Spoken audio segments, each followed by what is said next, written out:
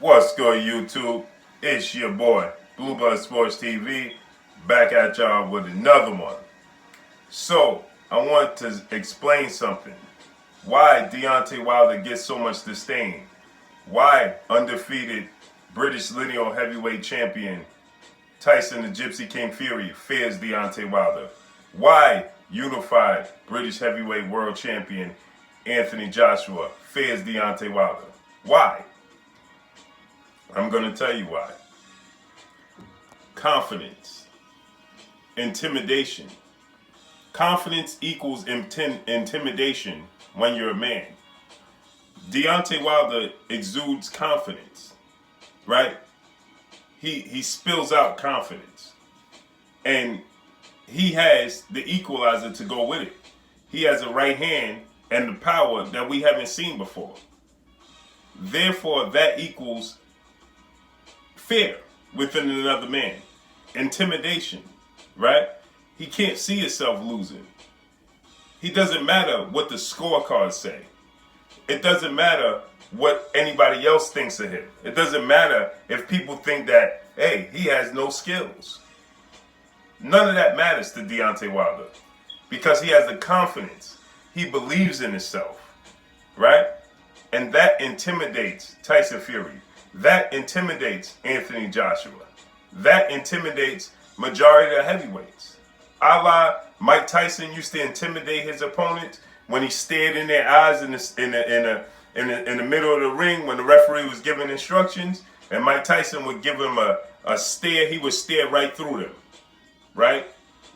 He would look right through them, right? Deontay Wilder's not acting. They understand this. They see this. And not to mention, with his confidence comes along with he backs it up, right? There's nothing more intimidating than a person that tells you they're going to do something and actually follow through and do it, right? We all like to have people actually follow through and be a man of their word. Nobody's more of a man of his word than Deontay Wilder. This is the facts. He tells you he's going to knock this person out, and he knocks him out. He tells you the rematch is going to be easier, and it's easier. A la Bermain Stavern, a la Luis Ortiz, right? He tells you this. He gives you the blueprint. He says, speak it, believe it, receive it. And he means it, right? And so, therefore, you get guys like Tyson Fury who lacks confidence going into the rematch. That's the reason why he took 2 interim tune-up fights, but instead of going into the immediate rematch, when he would tell anybody that would listen that he dominated the first fight. So why would you want him to garner any type of experience? Why would you want him to get better? Why wouldn't you want to capitalize on the situation immediately? If you felt like you dominated, you don't want him to let any more time pass. You want to continue where you left off immediately to get the victory. Right? Anthony Joshua, right? Contradicts himself over and over and over again. And because he has the backing of blind fans that will come out and defend Anthony Joshua, regardless of what facts come out about negotiations, regardless of what facts come out about him contradicting himself, right? They're going to stand with him. And that's all good. Loyalty. I believe in loyalty over everything, right? And so they're going to stand with him. Anthony Joshua says, give me 50 million. Wilder gives him 50 million. And he says, well, I can't take 50 million because I have other people to pay and other responsibilities and other obligations. But he asked for it. And then now he said it was just tongue in cheek. He never truly legitimately meant that, right? Anthony Joshua went in a fight with Andrew Weeds and he stated that his mind was on Deontay Wilder and Tyson Fury.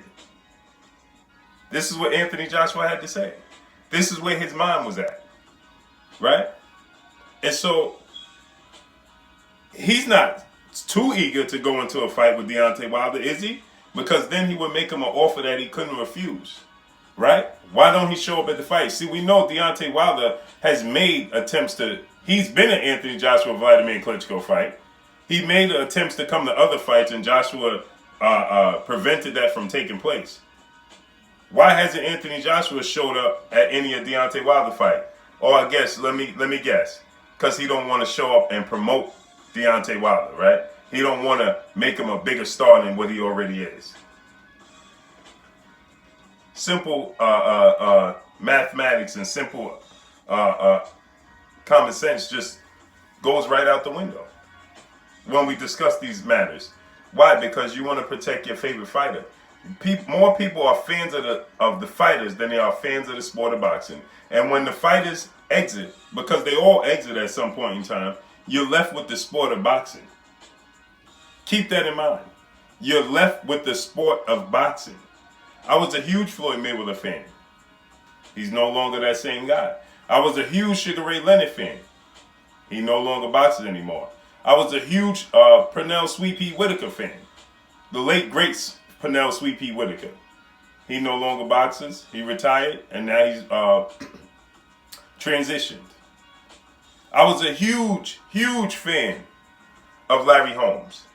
He's since retired. See, so what I'm left with is the sport of boxing, and that's what people don't understand. There's going to come a point in time when Anthony Joshua is not boxing anymore, and then where do you go to? If you are a fan of the sport of boxing, or you just simply a fan of Anthony Joshua. But the facts remain is this. Deontay Wilder's confidence is what intimidates guys, men that aren't alphas. Because they lack the confidence. They're not true alphas. And so when they're in the presence of a true alpha, like Deontay Wilder, it's intimidating. When Deontay Wilder talks, it's intimidating. Why is it intimidating? Not just the fact that he's confident, it's that he actually follows through. He's actually a man of his word. He actually follows through with what he said. He told Luis Ortiz he was going to give him an opportunity.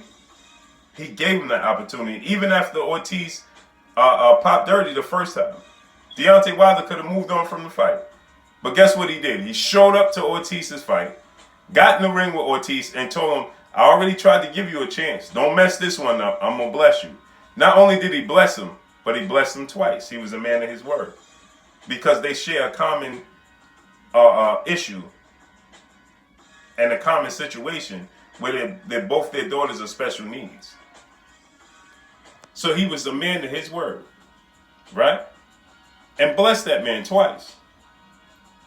Gave Tyson Fury the floor, the opportunity to make a comeback. Told Tyson Fury, all you got to do is get back on your feet. Gave Tyson Fury, let Tyson Fury get 4 training camps going into the Wilder fight. 4. But yet you find people that always make up an excuse and say, well, Tyson Fury had lost 120 pounds. And that means what? Shouldn't that mean that Tyson Fury, if he lost 120 pounds, anybody that loses that amount of weight is in the best shape of their life? Am I wrong? What am I missing here? But for some odd reason, Tyson Fury losing 120 pounds is a negative. Anybody that loses 120 pounds is a plus. They're in the best shape of their life. But no, not in the case with Tyson Fury and Deontay Wilder, because you have to discredit Deontay Wilder, so people will tell you that's a negative. That's not a positive thing. That's a negative. Oh, Tyson Fury just lost 120 pounds. That should mean he was in the best shape of his life and he was the best version of Tyson Fury that you ever seen. In all actuality, the Tyson Fury that you saw against Vladimir Klitschko was not the same Tyson Fury you saw against Deontay Wilder. The Tyson Fury that fought Deontay Wilder was a better version of Tyson Fury than you saw against Vladimir Klitschko. It was a better version of Tyson Fury than you saw against Otto Wallin. It was a better version of Tyson Fury that you saw against Tom Schwartz. And whomever else you may say. This was the best version of Tyson Fury you ever saw, but yet that is a negative. Because he lost 20 pounds, and that wasn't a good thing. I've never seen anybody that lost 120 pounds and say that is a bad thing. You're in the greatest shape of your life at that point in time. Or on your way to being in the greatest shape of your life. Right? Deontay Wilder wants to fight the best that's out there. Yet you're going to get people that are naysayers and detractors and have an agenda against Deontay Wilder because they too are not confident in themselves. Just listen to them talk. Listen to them talk. Most of the people that are you look on the internet, you look on YouTube, most of the people that have something negative to say about Deontay Wilder don't even show their face. They don't. That's a lack of confidence. That's what that shows. A lack of confidence. Right? So here's the thing. Deontay Wilder is the last of a breed. He wants to fight the absolute best. He's a dog. He wants to prove that he's the best. He wants the best fights out there. All you got to do is listen to it. You can pick sense from nonsense. Okay? Eddie Hearn said that he would never let one of his champions fight in a fight without a rematch clause if they was a champion, but yet he offered Deontay Wilder a contract with no rematch clause. So did he really want to make the fight? He offered him a flat fee, but gave Joseph Parker and gave Charles Martin and gave whomever else you could think of a percentage. How did Joseph Parker get a percentage, but Deontay Wilder gets a flat fee? Nobody convinced Joseph Parker of being a better fighter, a more exciting fighter than Deontay Wilder ever. But yet he was offered a better deal than Deontay Wilder. That speaks volumes.